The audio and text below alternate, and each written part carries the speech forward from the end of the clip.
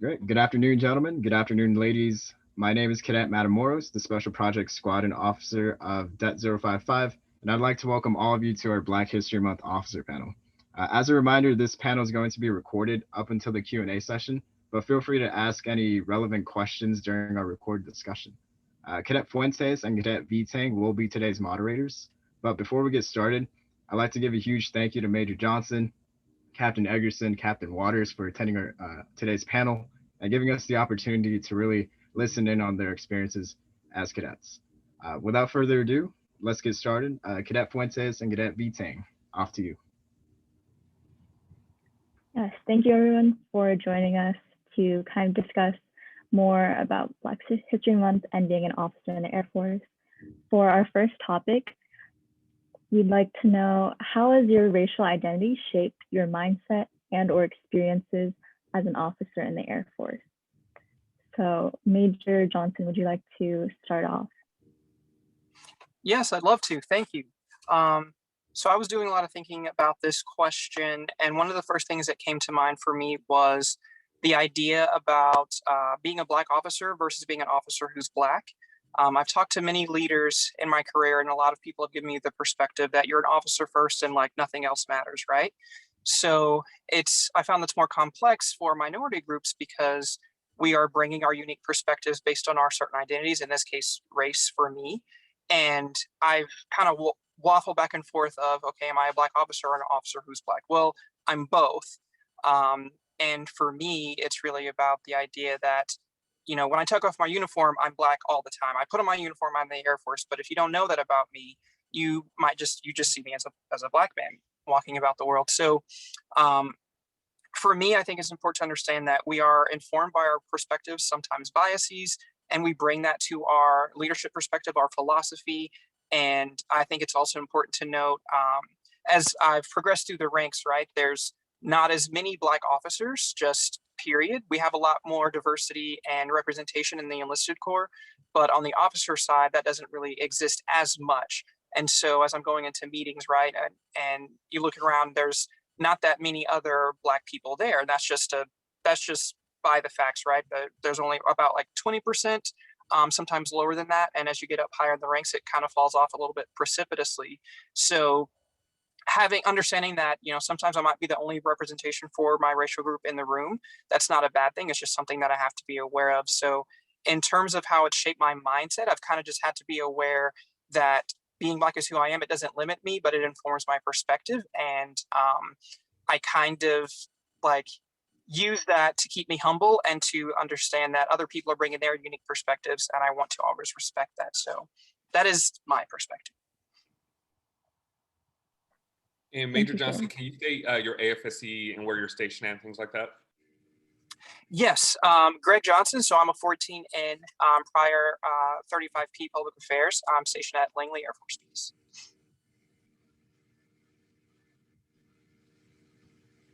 Thank you, sir. Captain Edgerson, would you like to chime in on this as well and share your AFSC and where you're from as well? Absolutely. And can you guys still hear me loud and clear? Awesome. I am Captain Jamila Edgerson. I am a Force Support Officer, which is a 38 Foxtrot. I am here at Peterson Air Force Base. To answer that question, how is being basically an African-American woman in the military shaped my experiences? I think I would kind of echo everything that Major Johnson said. It does make me more aware of, you know, how people may see me and maybe differently. And not to say that's a bad thing, but we do bring different things to the military, to the Air Force.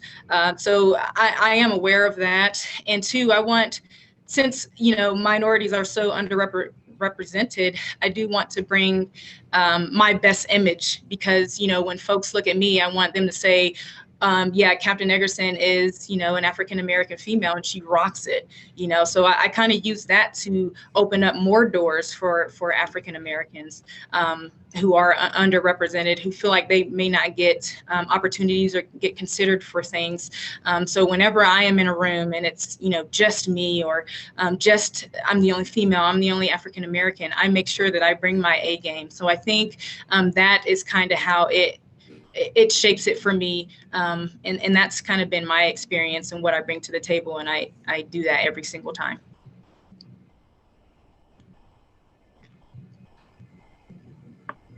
Yeah, tying into like being an African-American officer as well as a female in the Air Force, Captain Waters, do you have anything to add to this topic? Greetings, everybody, and good afternoon. I'm Captain Waters, but I go by Addie. I'm a 17 Delta, so I went to school for computer science, and I work as a cyberspace officer. Right now, I'm actually stationed at Langley Air Force Base, and I am working in the Intel Squadron. So it's a really unique assignment that I've had the opportunity to do. So to answer that brilliant question, I think the other officers were able to provide I agree 100% with all of their answers. I'll add a different flavor to it just so you can have like a full circle moment on that. As I walk into spaces as a Black woman, as an officer, what it helps me do more is recognize that each of us has an identity that we are bringing to the fight. And so what that helps me do is to find that in each one of my subordinates, each one of my airmen, each one of my peers, to find out what it is that how it is they identify and how they feel like that contributes to the mission, whatever it is. So whether or not you identify as LGBT, African American, Pacific or Asian, Pacific Islander or Asian, anything that you uniquely identify, I want to try to understand how that shapes your perspective, because I know that it shapes my perspective. And every action that I do, every room that I walk into, I notice like, oh, how many other Black people are there, or how many women are there? I wonder when I'm meeting a new airman, or when I have airmen on my team, what is it that they're looking at when they walk into a room, and how can I prove to them as a leader that they belong in the room that they are in, regardless of what or how they identify. And so as using my own identity, I think it's created a bit more empathy for me, and that's helped me a lot in my career. As I mentioned, I'm a 17 Delta, so that's a cyber officer in an Intel Squadron. So that's another unique perspective that I bring to all of these people that I work with that work in like intelligence, and they are so smart on that. And so although sometimes I might feel insecure for being the only, I use that onlyness as an opportunity to learn and to teach other people who might not understand my perspective. And that takes quite a bit of courage, because it's really easy sometimes to just not say anything or not speak up when you feel left out, or if somebody makes a poorly chosen joke or anything like that, or they don't consider other people's perspective. It takes a bit of courage to speak up and say those things, but I know how important it is, because I know how those comments affect my ability to want to come to work every day. And I need people to bring their best foot forward when they come into work. So yeah, not only am I trying to help shape people's understanding of the greatness or the vastness of what it means to be Black, but I also want to help them understand that they too have something unique that they bring to the fight that we all need to capitalize on, understand more of, and empathize with each other more. So yeah, that's my deal. Captain Waters, I have a question. I thought that you made a good point. Not everyone understands, but so it may be difficult that we don't talk about it. It may be so difficult. So how, as a leader, do you have those conversations? So that's a really good question. So very interesting anecdote. I became a flight commander the day after the George Floyd death. And I remember texting Captain Jones, like, what do I say tomorrow? I don't really know these airmen that I'm working with, but I also I don't want to leave a sour impression on them. And I don't want them to think that I'm trying to make them feel how I feel. But what I ended up doing, because I fielded a bunch of other officers to see what they were going to do or how they were going to approach it. But what I did was I was really vulnerable with my team. And I wasn't afraid to tell them that, hey, I am not 100% right now because I don't feel okay and I don't feel valued right now because of my race and the relations in this country. And I opened up that door for them to share how they feel as well. But also wanting to let them know that we will still be professional and that we will not tolerate slurs, but we want to be able to make sure that we listen and hear everyone's perspective, especially if you don't understand what somebody is saying or how somebody feels. And instead of just saying, well, I don't like this because I don't understand this closed book, we're going to have this conversation. And by being vulnerable with the team and letting them know that it is okay to not be perfect or not have the right thing to say, let's talk about it. It's a difficult topic, but having conversations, we're all human at the end of the day. And we know how to we can talk to each other if we are given that space in safety. And so that's what we have to cultivate as leaders, to let them know, like, hey, even if you say something that everybody doesn't agree with, we're not going to kick you off the island. We're going to try to understand and come to a common ground. And we as like leaders want to try to facilitate those conversations and ask for help. But a great question, Cadet Norris, thanks. Thank you, Captain Waters. I guess building off of that, Major Johnson or Captain Edgerson, would you like to comment on how to deal with discussions about racial inclusion and diversity in your workplace, whether that be with your peers or your subordinates and superiors? Yeah, I was just going to kind of chime in with what Captain Waters was saying and how you can get, how do you start those conversations? I think there's no easy way, honestly, to start those conversations, but first understanding that they need to be had. It's an uncomfortable topic. It's an uncomfortable conversation to be had, but I think right about now we have to get comfortable with being uncomfortable and realizing that some of our airmen, big A, including civilians, contractors, we're all feeling differently about what's going on right now in society, but we all have an opinion and we all can be helpful. Because like Major Johnson said, I mean, we come from different backgrounds and we see things differently, but it's important to kind of, bring that all together to come, to an understanding, right? So I'll say what one of my directors did when I was working up at Space Force S1. So he is a white male, and when we had our commander's call, he did at least speak about what happened and what was happening. And he let us know how he felt about it. And maybe everyone didn't feel the way that he felt, but it was important for us to understand where he was coming from. And he opened the door for us, all of us, to come and talk to him about, how we were feeling. And I think that was important, just like Captain Waters said, becoming vulnerable and letting your folks know how you're feeling about everything that's happening. And I had a closed door conversation with him, and he asked me, he was very vulnerable, and he asked me, and genuine, what can I do, as a white male who has never had to deal with any of this? What can I do, right? And I think just him asking about my experiences, my background, how I felt, was a way to start that conversation, open that door, and allow me to feel comfortable coming to him and expressing how I felt. So it's just important to start the conversation.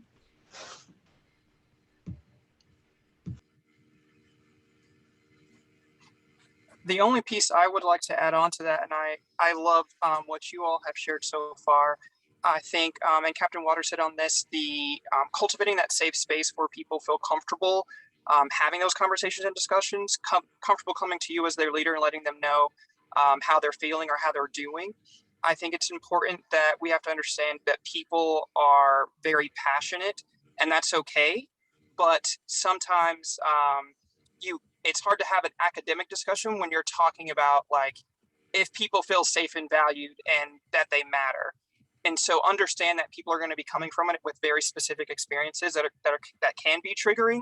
And sometimes you have to remove yourself from that space, or maybe you're not ready to engage in that conversation, and that is okay. And there's a way to do that respectfully.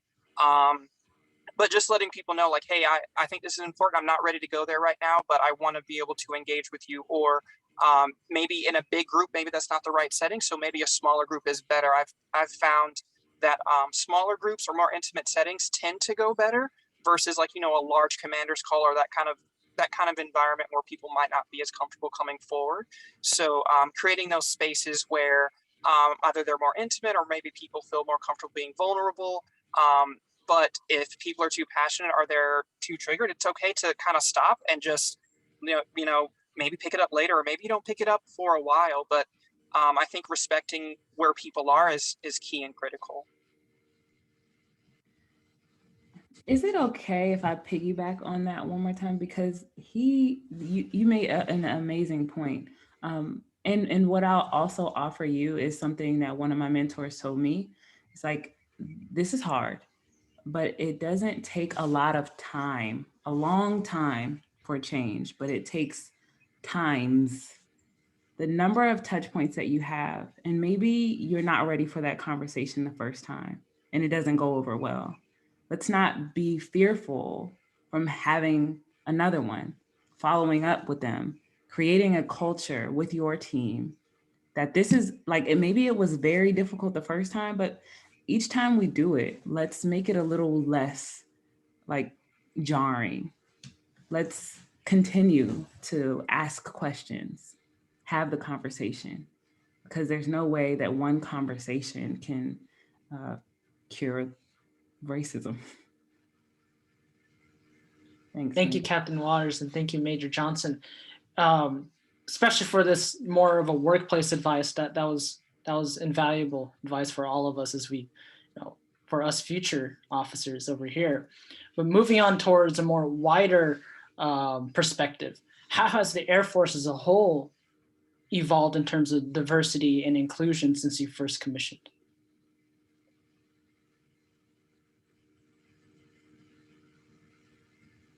Okay, I will kick it off. So this is very low-hanging fruit, but and just for perspective and background, I commissioned in 2010. So one of the biggest changes I've seen in that amount of time has been the changes to the hair regulations, particularly so on the male side. Being able to have, like, for Black men in particular, it was considered faddish to have a part in your hair, like a hard part. And that was something that, depending on how your hair is styled for other races, it was not considered faddish, right? So I remember talking about it with some of my counterparts and kind of explaining how, what's faddish is very at the discretion of the beholder or whoever's in charge at that time. And so when those changes were made and it created a more inclusive environment, I think those are things that help remove those barriers. So I will let the ladies address those things from the female perspective if they want to, but there's a lot of things like having locks or, buns and things like that has made it a lot more inclusive and a lot more of an easier environment. So those are the like big sweeping, like AFI level kind of changes that I've noticed. Absolutely. And I'll piggyback off of that one. So I commissioned in 2011, and when I commissioned, I actually did have locks. I made it through ROTC with locks. I made it through field training with locks. And it was difficult because I mean, you see my hair now. I mean, I can't maintain long hair, a bun. My hair just does not grow like that. But as soon as I locked my hair, you know, it grew. My hair was healthy. So when I joined the military, I joined the Air Force, I actually had my locks for about 8 months in the Air Force. And, you know, I would get stares. People would look at me, and I think people were just nervous to question what I had, because it was very professional. As we see now, locks are professional. They can be. You can do so many different styles with your hair. So I was in Minot, North Dakota, and there was not a lot of African-American shops, natural hair shops there. So I didn't have anyone to maintain my hair. So ultimately I had to cut it, but that wasn't the main decision. The decision that I made was, I need to cut my hair because I'm an African-American officer and I'm breaking the rules, right? And, you know, people are already looking at me. So I need to set an example, right? So I did that. I cut my hair. And I'll let you in on a little secret. I actually kept my locks in a bag because I knew the Air Force was going to pass a regulation that says locks are, you know, approved. I held on to that. So I was like, I'm going to sew my hair back in. But it took about 8 years, right? So I couldn't hold my hair in a bag for 8 years. So so I did get rid of them. But yeah, I'm looking at locking my hair again, because again, you know, that's what is healthy for my hair. And when we talk about, you know, dress and appearance as well, the military has now authorized females to wear the mesh dress pants. So, you know, when you think about LGBT groups, you know, I was not comfortable in that skirt. You know, I don't dress like that, right? So when I was out at events and I was celebrating, you know, Air Force balls, or, you know, I was there celebrating my airmen because we were at a graduation, I was not comfortable. I was not comfortable myself. I didn't like taking pictures. So when the Air Force, you know, said females can now wear the mesh dress pants, that was freeing to me. So, you know, those are just dress and appearance things. And also with diversity and, you know, all of the studies that are going on with the different groups that may be disciplined, and looking at if African Americans are disciplined more harshly than other groups. I look at that and I'm like, those are the changes that we need, right? We need for higher leadership to dig into these things and kind of take a look at what we all have been noticing. We all have thought was true. We all have seen and thought unfair. So, you know, I just appreciate the Air Force taking a step back and looking at what's happening and looking at our perspective and our opinions and taking those things into consideration and making changes.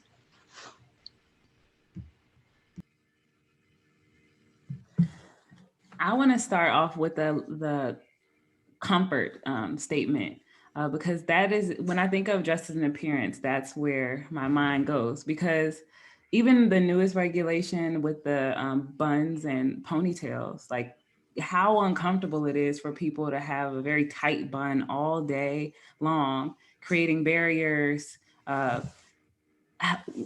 And what I appreciate most about what the Air Force is doing is listening in a way that we have not seen before.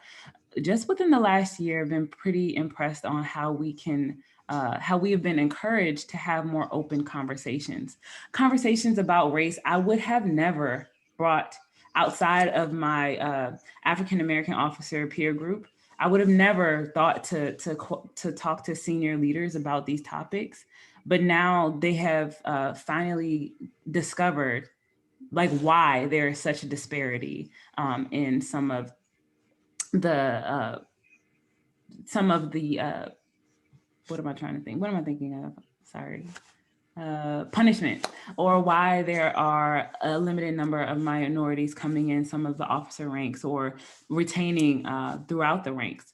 And I think there was just this silence thinking that it is what it is, but now we are in a position to have a voice and to really affect change and to have some open candor with people that are in a position to make big AFI or regulation changes. And so I'm pretty impressed with that. I commissioned in 2014, just like right after the Don't Ask, Don't Tell policy was repealed. So I was able to openly come into the Air Force without having to suppress who I am or who I loved. And that was fantastic. My wife and I are both both 17 Delta officers. So that would have been another barrier that would have encouraged me more to want to live a freer, more open, more comfortable life. When I think of hair regulations for my hair type, typically I was feeling fancy, so I straightened out my hair. But typically I have a really coarse afro. And before, it couldn't be more than 3 inches in bulk. And now I think it's extended to 5. So now I don't have to question whether or not, I'm in or out of regs based on how my hair actually just grows out of my head. And another thing that I wanted to mention is like when those really obscure restrictions were in the AFI, we would have like maybe white subordinates or supervisors come and find the only other Black woman and say, hey, do you mind having this really uncomfortable conversation? Because I don't know, but I think that this person's hair is out of regs, but I don't want to say anything. And it's like, why aren't you comfortable talking or asking to your subordinate? So there was another level of not really creating a safe space, because it's like, okay, well, that means my supervisor was talking about me to somebody else. So you had to come and let me know that you don't know if my hair is out of regs or if it's unkempt. Because all of those things are pretty subjective depending on who gets to make the call. And when you think of like these punishments, people can write memorandums for discipline for just their perspective. So whether or not they find something faddish, or if they don't think it's unprofessional, if they don't think your hair color matches your skin tone, like all of those things were recently excluded from those regulations because they realized that maybe not everybody has the background to understand where somebody like me has to make their decisions every morning when they get dressed for work, or whether or not you have to, part ways with a cultural or something that's healthy for your hair, such as locks. And when you read the regulation for the organization that you could give your life away for, they're calling it unkempt or messy or unprofessional. I don't see it as that, but nobody really asked me. And I think with what we've seen recently is that listening more from upper levels of leadership instead of these blanket decisions that can change how we operate or interact day to day.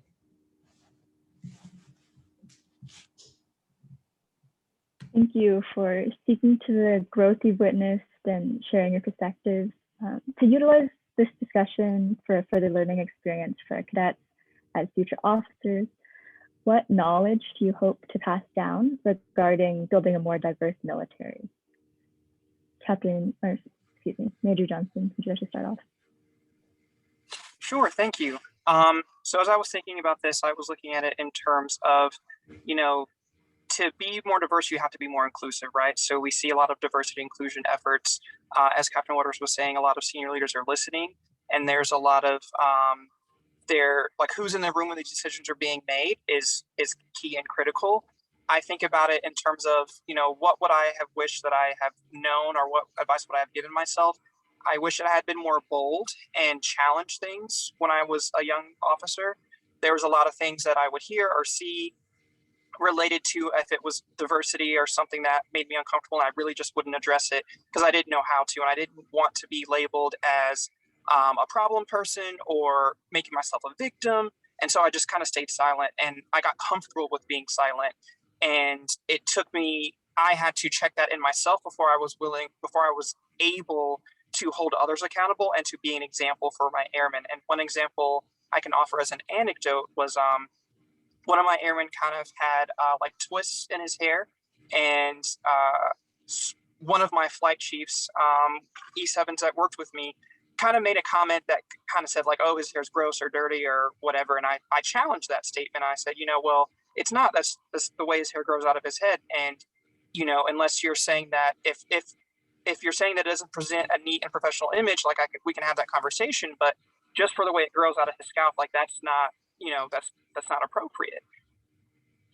A couple years prior, I would have never been comfortable even having that conversation, much less in public, much less to someone that held a relative position of power. And so being bold and comfortable enough to step outside yourself and be the advocate for others. And the last piece I will offer to keep it succinct is, even though the Air Force is a large bureaucratic institution, which bureaucratic institutions change typically come slowly, it doesn't have to. And just like the examples that we've given, a lot of these things have happened in the last year or two. Wide sweeping changes, and we're talking across the DoD, not just in the Air Force. So be those change agents at your levels, and if there's something that you don't think is right or you think is uncomfortable or not appropriate, call that out and trust that your leaders are listening to you and give them the space to address it, but don't remain silent on it. That's what I would offer. Thank you.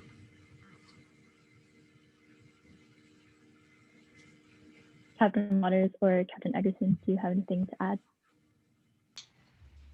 Yeah, I'll jump in. So kind of going off of the be bold, as Major Johnson was saying, I take it as, be bold to take opportunity. So if you get an opportunity to, be a POC for a wing level event or a garrison level event, do that, jump on it. Don't shy away from it. Don't think that you're not going to perform, because when it comes to senior leaders noticing you, those higher level opportunities will definitely get you noticed and rock it. Do what it is that you do what it is that you know how to do. I'll give you an example. CSAF just came here last month. General Brown, of course, I'm going to want to hop on that one. My wife works protocol. So any senior level DV event or DV that comes, she gets to know about it first. So she kind of gave me a peek behind the curtain, if you will. So I knew he was coming, and I said, pass me the information that you have on that, because I want to be the POC for that. Not only did I want to meet General Brown, but I wanted to show the garrison commander what it is that Captain Edgerson can do. And that honestly put, my name in the eyes of a lot of the senior leaders here on this base. And I'm glad that I was blessed with that opportunity. So, if you could be the POC for an event, even like a Black History Month event, and you want to be the base POC for that, do it. Put together scheduled events, ROEs or whatever, and send that forward and say, I want to represent, I want to do this, and get your name out there. Don't shy away from it.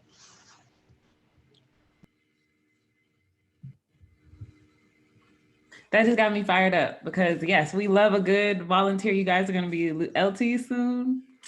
Yes, do not allow yourself or fear to help you fall into the background. Certainly let your light shine. My two pieces of advice is to lead your way.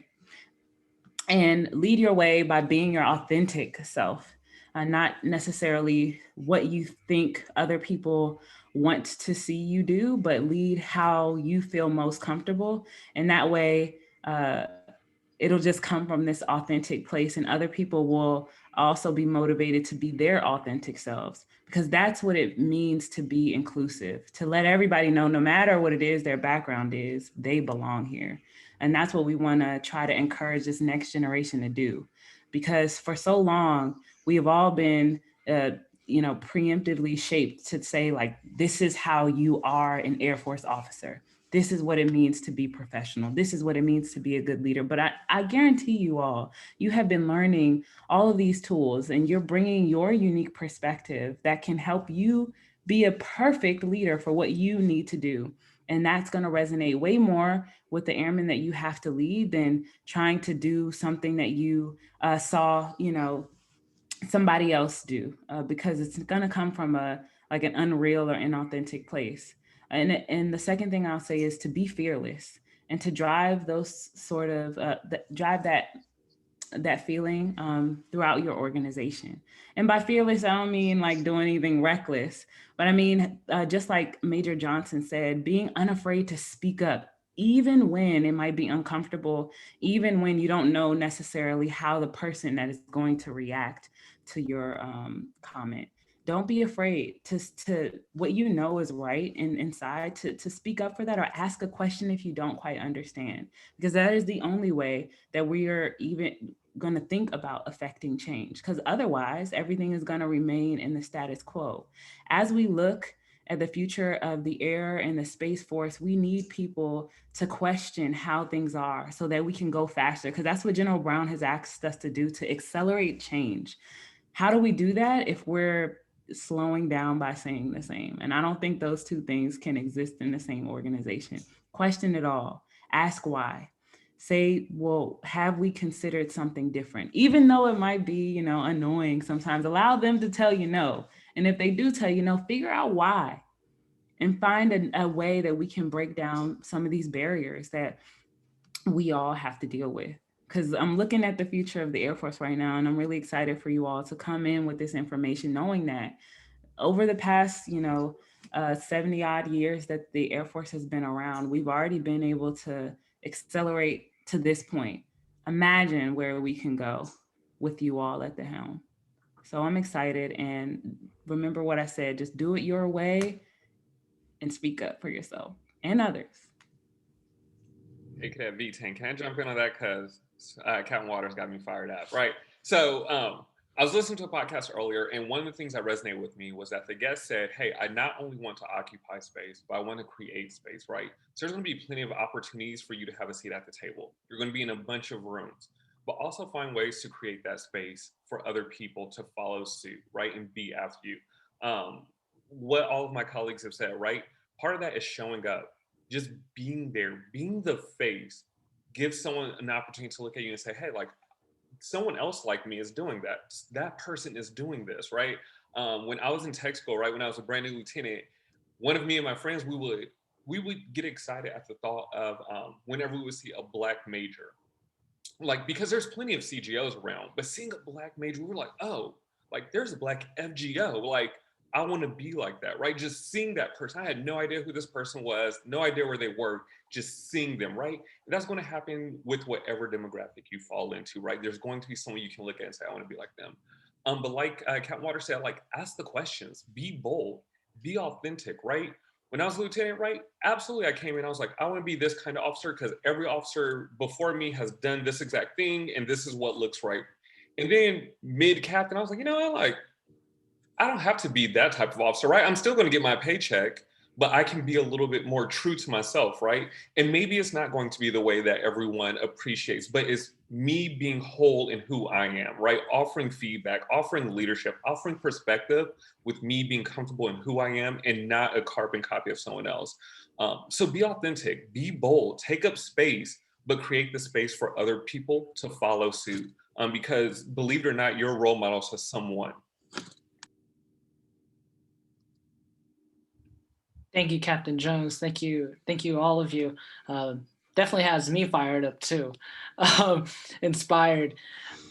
Moving on to a more heavy-hitting question, I would say is, so the Department of Defense recently established a board on diversity and inclusion in 2020.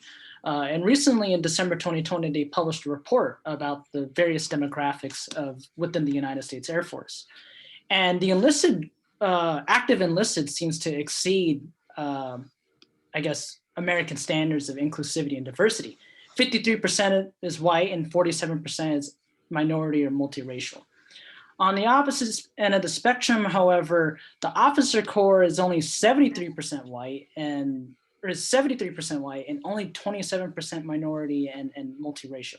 And that ratio gets only steeper as you go up in the ranks. From an officer to enlisted perspective, as leaders, or leading a very diverse group of individuals, do you see this as a problem? How do we alleviate this with that relationship?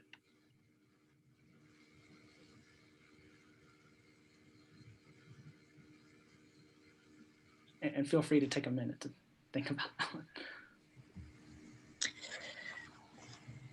That's a phenomenal question. Thank you for that question. I'm blown away, honestly. I'm just trying to think of an answer to that. But what I will say, as I let everyone else think about the answer, is I think what we're doing now is going to help not solve that, but maybe open up more opportunities for us to kind of close that gap a little bit. But realizing that there is a gap, realizing that we need diversity, inclusion, and another word that's been thrown out there is belonging, right? I mean, you can say we need to be more diverse. We need to, include more backgrounds and things of that nature. But what about belonging, right? You can open the door, be more diverse and include me and stuff, but it doesn't mean that I'm going to feel like I belong. Right. So we have to look at that as well. And I think that's what the Air Force is doing. And along the way, that's going to close that gap. Having these conversations, realizing that we need to close that gap is what will get us there. A piece that I would offer is, I guess from like a sociological or psychological standpoint, we have to look at the fact that the Air Force has been run by pilots that were typically white males. Like if you look at the CSAFs, like throughout history, and typically groups of people tend to acknowledge or promote people that are like them, whether or not that's an unconscious or conscious bias. That's something like sociologically, that's something that tends to happen. And when someone is othered and different, that can be, problematic, or you don't like it, or you don't understand it, and so you kind of push it to the side. So addressing that it is a problem, identifying whether or not people aren't advancing because they're not capable or competent, or is it because they, why are they, if they're getting out of the military, why is it they're getting out? Do they not feel like they belong here? And I think understanding, like, you have to, things like affirmative action, like the idea is to create equity. So if there's only 20% Black people in the military, then I'm not going to have like the same number of white generals as Black generals. But having that proportion like follow all the way through the ranks, you have to understand all the way up the chain why people feel the way they feel. If they're getting out, why is that? If they're being kicked out, why is that? So it's a multi-pronged approach, but I think it starts with understanding the fact that for 70 years, the Air Force has been run by white men. So that isn't inherently bad, but if you want to have other people to have equal opportunities and a chance to be a part of it, we have to look at ways to get them in the door where the decisions are being made. Yeah, just to pick right up off of that, really focusing my answer on recruitment and thinking of how we get officers in the Air Force. And I can think of a few ways. So one way in which you're taking advantage of is ROTC. Another way is going to the academy or through OTS, or from the enlisted corps, transferring over to the officer corps. And dissecting some of the barriers for some African Americans in some of those intro points to the Air Force, because in order to get Black colonels and Black generals, we need Black lieutenants and Black cadets. Just looking at how the Air Force tries to pull some of that talent in, even going the extra mile to focus on HBCU programs, or amplifying not only recruitment for just enlistment, but also recruitment for other programs like ROTC or OTS in majority African-American communities. That's what I feel like we could do a better job at doing. Even a conversation that I had with my commander, who's a graduate of Tuskegee University in HBCU, talking about how many rated positions was at his detachment versus when he went down the street to another big Alabama university, where they almost had triple the amount of rated slots available for cadets there. And asking those questions, why? Is there a reason why the smaller HBCU doesn't have a balanced opportunity, or even another opportunity for someone to want to come in and be a flyer? Another thing, an anecdote that I'll leave, is when you think about the Thunderbirds, which is like the #1 recruitment tool for the Air Force. And up until last year, we hadn't had an African-American woman to be a part of that. So it's like the number one tool that the Air Force uses for recruitment is just not anybody of a diverse background. What image are we saying? What are we valuing at that point? What are we saying to the people who we want to come to be pilots, to lead the Air Force 20 years in the future? So those are some of the things that we need to take a more conscious effort at. And it's difficult because sometimes we'll hear the argument, well, we hire for the skill and the job. We don't hire just for color. You know, we don't want to go back to just picking somebody just because they're diverse. And that's not the case. The talent is there. No matter what, the talent is there, but are we seeking them? Are we taking the extra effort to go where the talent is instead of waiting for them to find us? So if I could, I'd want to piggyback off of what you said, Captain Waters. You made lots of great points. And what I want to do is kind of share my experience. I went to North Carolina Central University, which is HBCU. You like it, you love it, or you hate it? You love it or you hate it? Aggie pride. Okay, never mind. So yeah, I went to North Carolina Central University, but we did not have a Air Force ROTC. So we actually were crosstown with Duke. And I will say, I didn't think that it was fair across the board. You know, I didn't have a car when I first, went to college. So I had to rely on, senior ROTC cadets to get a ride off of. And as, ROTC, as our class kind of grew, we kind of ran out of cars, so the senior leaders or the senior cadets would have to go and come back and go and come back. I mean, that was unfair for them as well, right? They weren't getting paid for that. There was no extra gas money in it for them. So, I was like, why not have some events at Duke and some events at Central? Make it easy for us to show you that we want to be here, so make it easier for us to be a POC on some of these or some of these things that we're doing. So I noticed that a lot of cadets started to drop off because of that. It was just too hard for us to get there, for us to, be a main POC for anything. So we kind of took the back seat to a lot of things.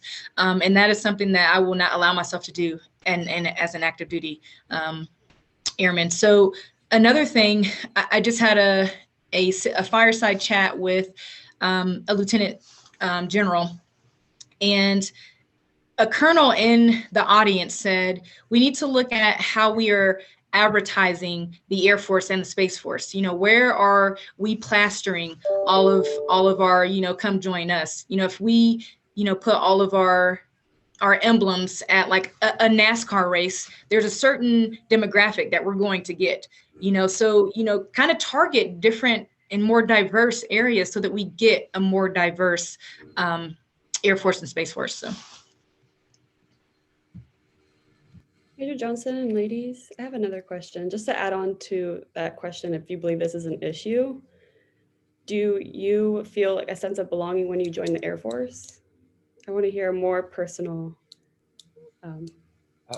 I'll start with that while they're talking, right? So initially, no, right? Being a young Black officer, I didn't, right? So Captain Waters and I we were just in the same squadron. And when she first got there, we had both actually come to the hallway and we're like, this is the first time we've ever had a Black squadron commander, ever, like a Black supervisor. Not saying that, right? But in my 10 years of being in the Air Force, I've had one female supervisor, one Hispanic American supervisor, right? And so when you talk about people understanding those backgrounds and those differences and the nuances that come with being a minority in whatever regard in the military, right? You have to have that exposure to them. So belonging comes a lot from the community you build up. So having peers, right, like Captain Waters, Captain Johnson, Captain Edgerson, having peers like them in my spaces, and then being able to pull on them for events like today where they can come and share their experiences, right? Being able to tell your story, right, like helps a lot with that belongingness, because a lot of people are scared to tell their story, tell who they are. That authentic self comes out again, right? Like, what brings you here? Because everyone doesn't grow up with the same background, grow up with the same opportunities, grow up with the same resources. So what is your authentic story that can allow someone else to kind of connect and see a sense of belonging in partnership with you, right? So no, it definitely takes time. I'm very grateful that I had outstanding mentors, but also just the community that I've built with my peers to have our support and be able to have someone to bounce ideas off with. Major Johnson and I have known each other since tech school, right? So 8 years now. Having a partnership like that and a friendship like that really helps as you move throughout. But then also extending your olive branch out and being like, hey, like, you doing all right? How are you? Can I mentor you? Can I help you out? I want to just show I'm here for you. Really does a lot as well from your perspectives.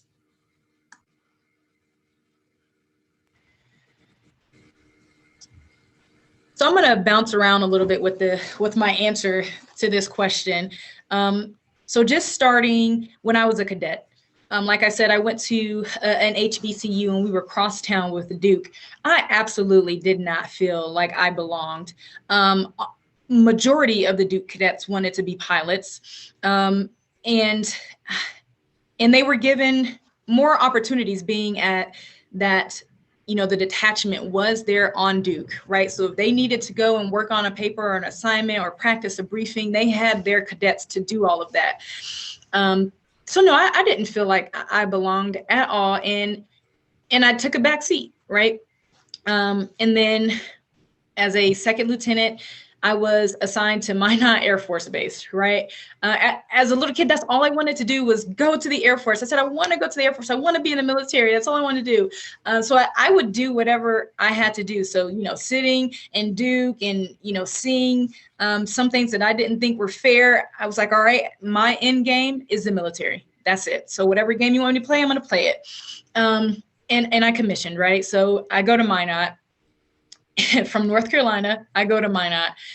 I didn't even know where Minot was. It's in North Dakota. I didn't know where North Dakota was, right? So I drove up there, and my first night I cried because, you know, I'm just looking around and I'm like, if this is anything like Duke, I'm going to hate it here, right? So I am assigned to the Force Support. Force Support is probably the most diverse squadron in the Air Force. And active duty was honestly great, right? As a lesbian lieutenant at the time, I met two of my best friends, gay majors today, men. And I was like, this is awesome. I love this. I love the Air Force. They welcomed me. Being in FSS, I felt like not necessarily that I belong, but I didn't feel like I did not belong, right? So it was great. But I will say when I left Minot, I went to Ramstein, and that was huge, right? But I think Minot, my friends, my peers, my commanders at the time, they gave me the confidence that I still have today, to let my presence be known. Yes, I am an African-American female lesbian in the military. And I let everyone know that. I'm not afraid to let everyone know that. And I think my confidence kind of, you know, lets people know I am here. Captain Edgerson, you give me something to do, I'm going to rock it. I'm going to get it done. So yeah, I feel like I don't feel like I do not belong, if that makes sense. You know, there's some work to be done. And sometimes I am in some spaces and I'm like, oh, I'm the only one. But again, you know, I don't let that silence me. The Air Force absolutely has work to be done, but I'm going to help them along.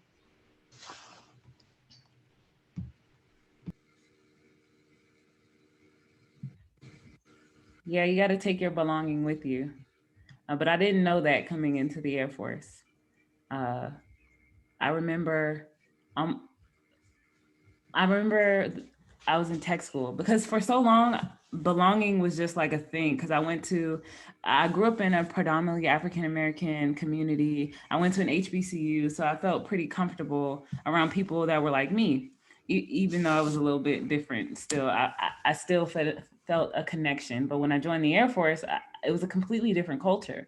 And I felt like everybody had a bunch of different interests and knowledge that I didn't have, like a cultural reference to. They would ask me questions about what I saw, like what's another movie that people say? Die Hard, or like, I don't know, some just not Friday or a movie that I would be able to quote automatically. And they would always call me like, oh, wow, you haven't seen that? And I remember getting fitted for my active duty uniform because I was wearing uniforms just like you all. And I was getting fitted, and the person that was fitting me wasn't even, active duty. It was just like, oh, we can't fit your hair over this hat. You're gonna have to do something with it.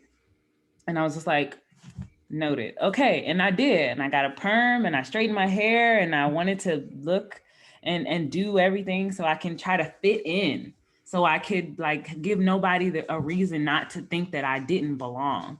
But just because I tried to shape or morph my appearance didn't really change how much like my personality, I felt like my personality wasn't reflected when I looked around the room or when I tried to hold conversations with people. Because in my career field, there wasn't many people like me in my tech school. I was probably the only one. It wasn't until like this year, I would say, that I feel like I belong in the Air Force. And it's because the confidence that leadership has given me, like Captain Edgerson said, to be who I am. And that exactly who I am is why the Air Force needs me. I've never felt that way before. And since I've understood that, I've been able to flourish really and spread that message to anybody who might need to hear it. Because we gain nothing from you playing small because you don't feel like you belong here. Because you did all this work to get here, you belong. You belong. You've done the work. We've taught you what you need to learn to be a leader. You belong here, and we need you to feel that way. Otherwise, how can you fully contribute? And I'll keep going to that place. It's like we need you to contribute because we need to continue to innovate and go further faster. But I will say, for me, I was in a really dark place, not being able to bring my full self to work because I feared that it would reflect negatively on my performance reports.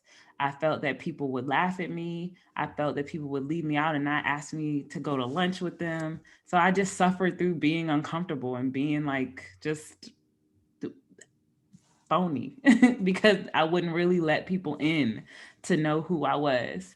But I will say something about the minority Air Force officers. I know whenever I walk into a room or walk into a space and I see one, I have an instant mentor. I have an instant person who's like, hey, LT or Captain, I see you. What do you need? What are you looking for? How can I help you along?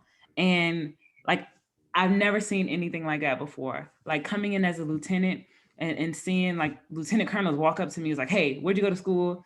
And like, because it's like almost like what Captain Jones said, it's like you know how it feels to feel like you don't belong. So you want to help other people know that I see you and I hear you and I want to help you get to where you want to go. So that's what I've been really fortunate to do. And I think what's helped me stay grounded and connected to the Air Force for such a long time.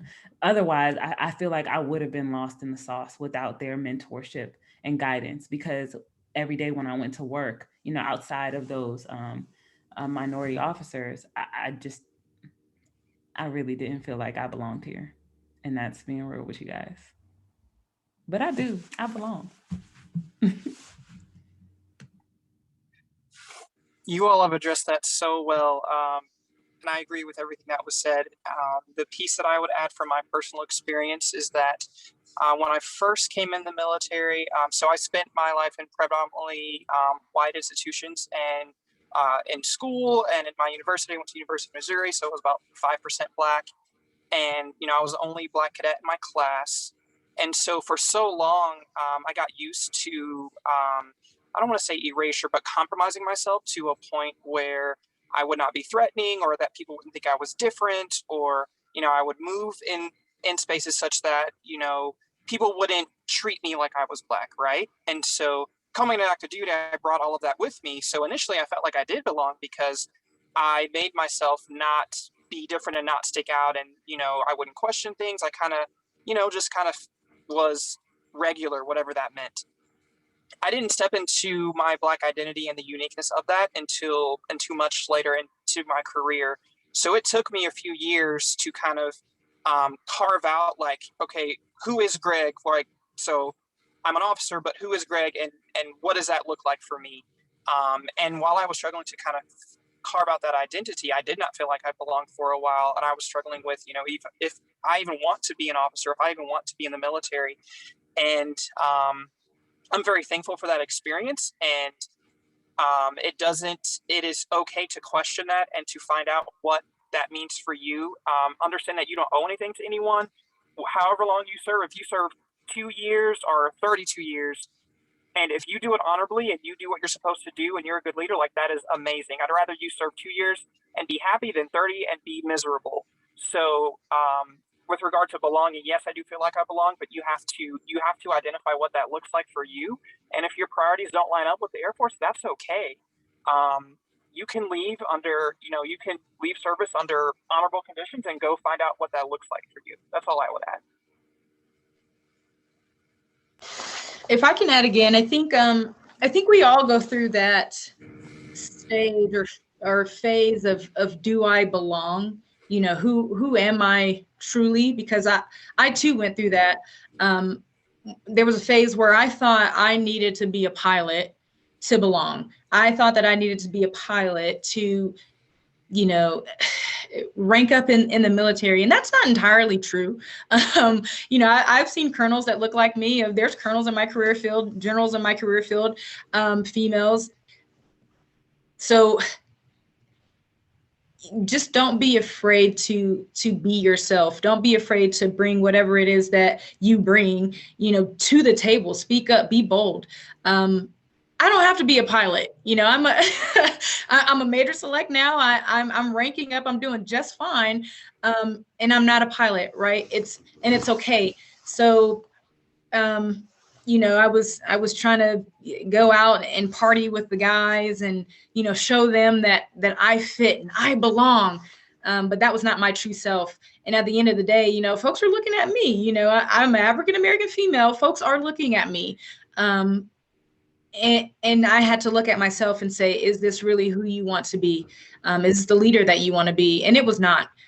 So I took a step back and I said, just be yourself. You know, be professional, and the Air Force can take it or leave it, right? And I think I'm doing just fine. Thank you very much, Major Johnson and Captain Waters and Captain Edgerson. Thank you for allowing me and Cadet V-Tang to be your moderators. I will now pass it over to Cadet Matamoros to open up the Q&A session. Great. So yeah, that concludes our Black History Month officer panel. So at this time, we'll be stopping the recording and moving into the Q&A session. Once again, thank you, Major Johnson, Captain Edgerson, and Captain Waters for really joining in. This discussion was extremely productive. And I really hope the cadets were able to learn about the importance of addressing diversity in the workplace and just being fearless and breaking barriers. And so, Captain Jones, any last comments? Hey, yeah, before people start like doing it off on whatnot. So again, right, like fantastic conversation. Cadet Matamoros, Cadet V-Tang, Cadet Fuentes, Cadet Unamine, fantastic job planning and executing today's event, right? Again, we're talking about lived experiences, and I think the conversation was great. Hopefully you all learned a lot from these three individuals. So these are three individuals that I had no issue with reaching out to and saying, hey, these are going to be the best folks to talk to you all as cadets. And I always just hope that some of their greatness rubs off on me, because these are fantastic officers in our Air Force. But again, thank you all for showing up today, right? Like, hopefully you got authentic conversation. Hopefully you got a different perspective. I mean, you continue to challenge, right? The way you think, the way you interact, and the way you present yourself, or you bring your true self into the Air Force. Because like the officer said, right? Like, we need you to be your true self when it comes to you being an officer. I can have a ton of lieutenants who are all the same lieutenants, but that does nothing for me when I'm leading a squadron, right? I need Cadet or Lieutenant Matamoros to be Lieutenant Matamoros, or Lieutenant Cassini to be Lieutenant Cassini, because we need their uniqueness, right? Their nuance to bring our Air Force forward. So again, thank you, Special Projects team, for the fantastic initiative. Kudos to you all. Thank you. With that, you're all dismissed, but otherwise you could definitely stay for the Q&A session.